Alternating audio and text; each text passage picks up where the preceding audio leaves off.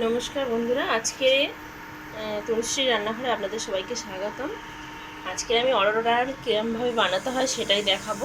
অরড় কড়াই খুব এখন পাওয়া যায় না, আমাদের বাড়িতে চাষ করা হয়েছিল। সেই অরড় ডাল একটু রান্না করে দেখাবো আপনাদের। প্রথমে কড়াইটা চাপিয়ে দিলাম, এতে সামান্য একটু তেল দেবো। কড়াইটা গরম হলে তেল দেবো। তেল দিয়ে শুধু ডালটা অরড় কড়াই, যে অরড় কড়াইয়ের ডাল, এই অরড় কড়াইয়ের ডালের সঙ্গে একটু মুগের ডাল এরকম নিয়েছি, ভালো লাগবে খেতে। শুধু অরড় কড়াইটা করলে কি হয়, অতটা ভালো লাগে না। আর অরড় কড়াইটা ভেজে নিতে হবে, না ভাজলে এর একটা কাঁচা একটা অরড় কড়াই এরকমভাবে আমরা ভানিয়ে নিয়ে এসেছি কলে থেকে। বেশি হয়নি, 5 কিলোর মতো হয়েছিল। তা এটা আপনাদের আজকে শেয়ার করব। এই কড়াইতে তেল দিয়ে দিলাম,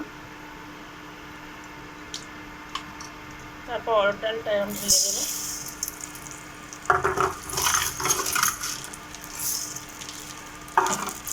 দিয়ে এরকম নাড়াই ছাড়াই করে নেবো। এর সঙ্গে ওপরে মুগের ডালটাও দিয়ে দেবো, কেননা মুগের ডালটা দিলে খেতে ভালো লাগবে। এরকম করে খানিকক্ষণ নাড়াচাড়া করে নেব, নিয়ে ভেজে নেব। যেটা মুগের ডাল ভাজে, আপনারা সবাই মুগের ডাল খেয়েছেন, এরা মুগের ডাল ভাজে, এরকমভাবে মুগের ডাল আর অরড় ডাল একসাথে ভেজে নেব। খানিকক্ষণ ভাজার পরে জল ঢেলে দেবো, একটু ভাজা ভাজা হোক। বেশি করে নাড়বো না, অল্পই নাড়বো, 1 মিনিটের মতো, বেশি নাড়বো না। শুধু খালি ওই কাঁচা গন্ধটা থাকে না, কাঁচা গন্ধটা মারার জন্য এরকমভাবে একটু নেড়ে চেড়ে নেব। নিয়ে এতে জল ঢেলে দেব।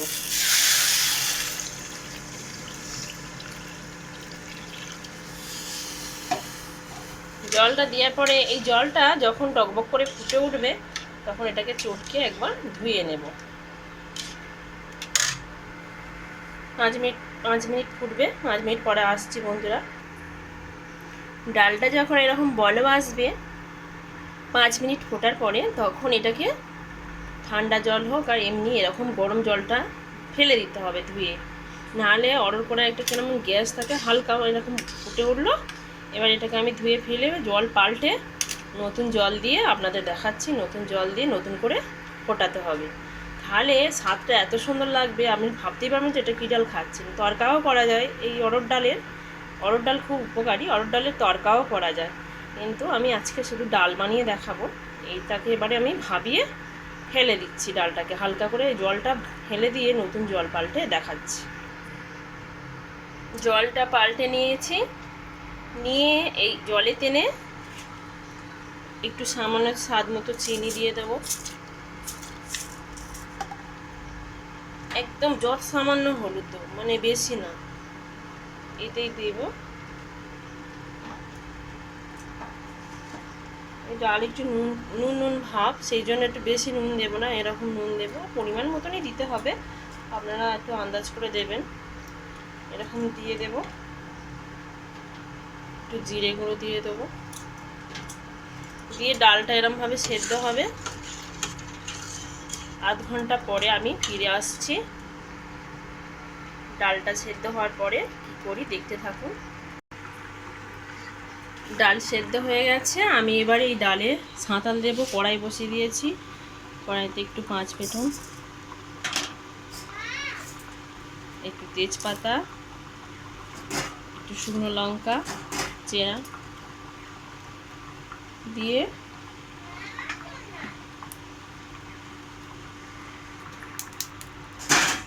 একটু সর্ষের তেল দিয়ে দিলাম।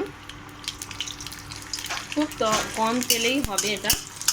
একটু সাঁতাল দিয়ে দেবো,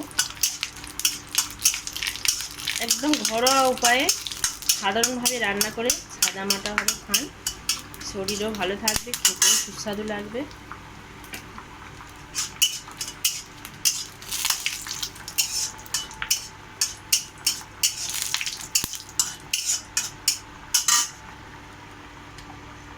এবারে এটা নিয়ে আমি ডালের মধ্যে ঢেলে দেব।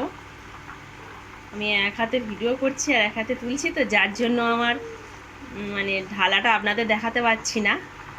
এই কড়াটা নিয়ে এখানে ঢেলে দেবো, শুধু জাস্ট ঢেলে দিয়ে দেবো। এই ঢেলে দিলাম, দেওয়ার পরে আমি আর কিচ্ছু করব না।